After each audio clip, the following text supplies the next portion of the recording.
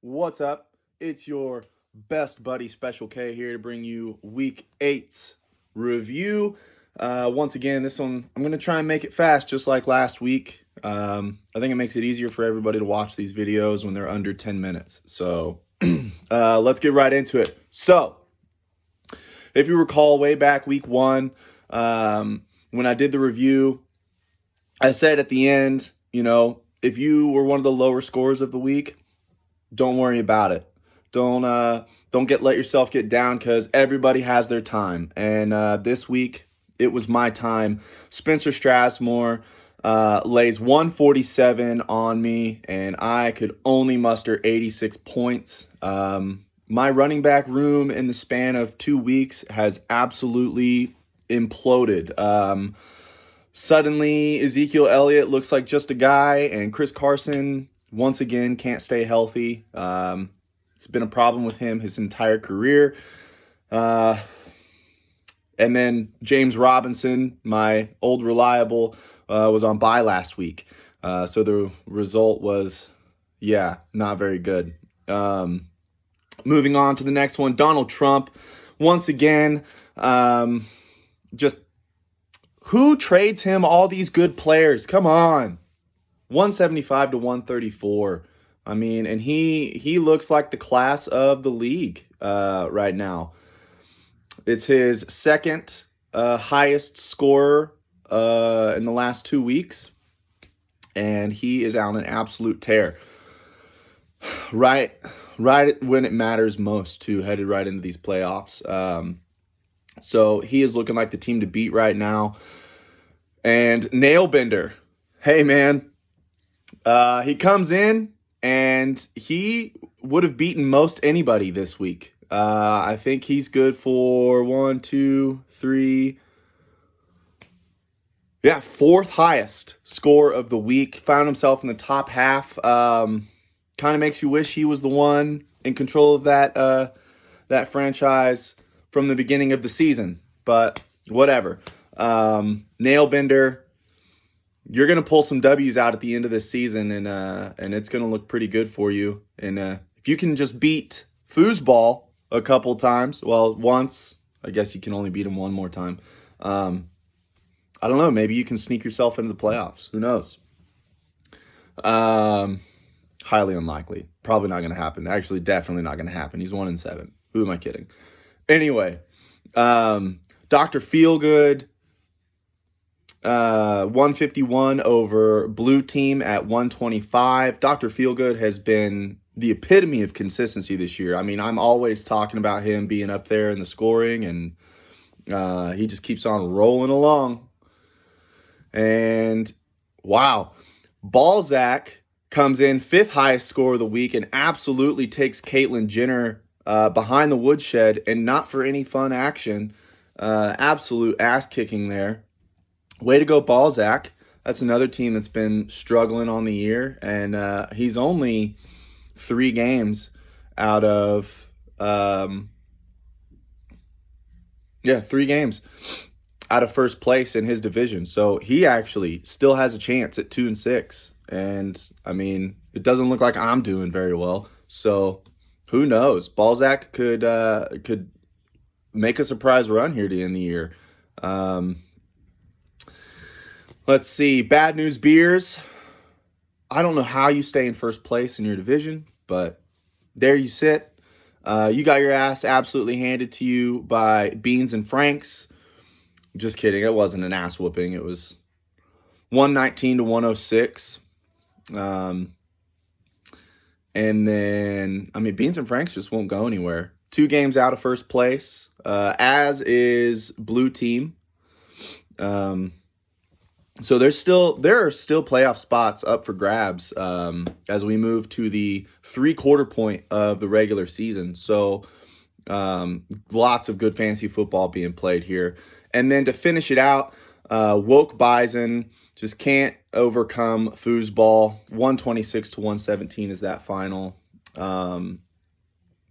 So just a good look at the playoff picture here. Trump Town is seriously looking like all 4 teams could make the playoffs.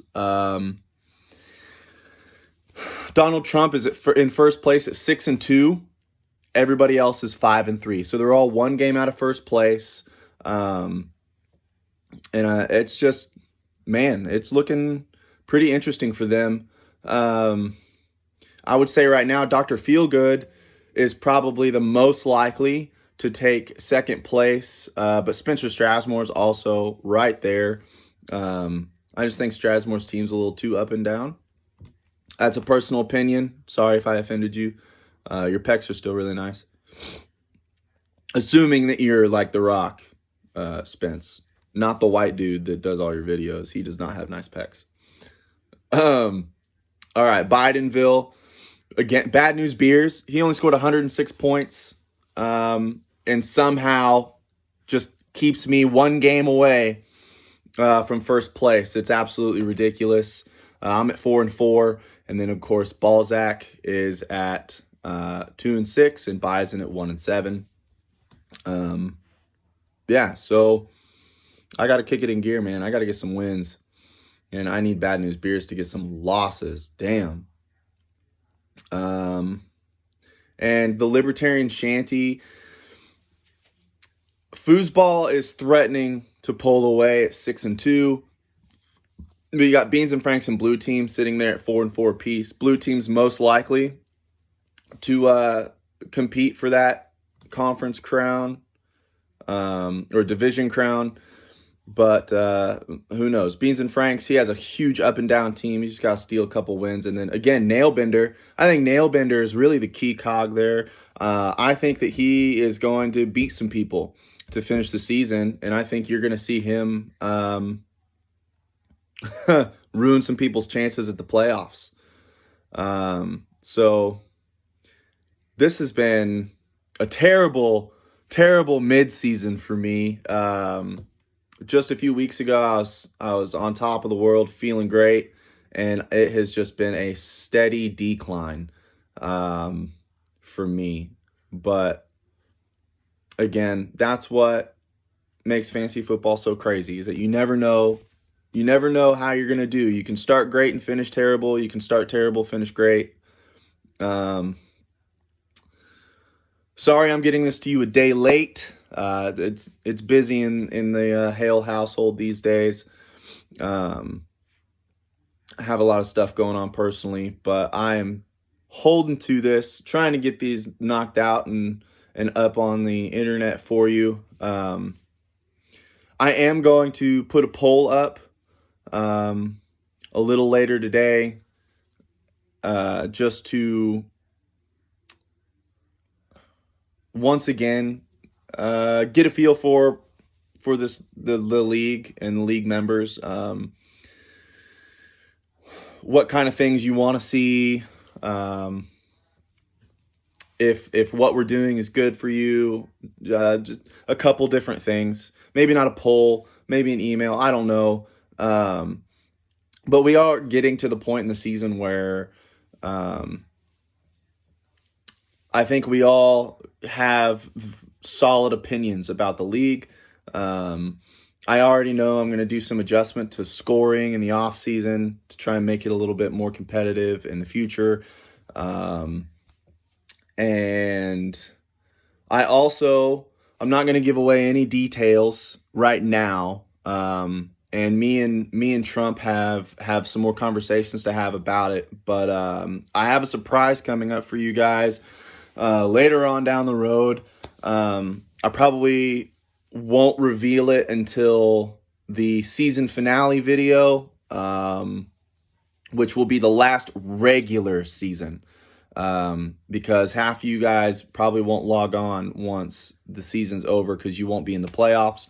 So I'm going to make sure I get a season finale review up, and then probably an email with some fantastic, exciting news about the following seasons.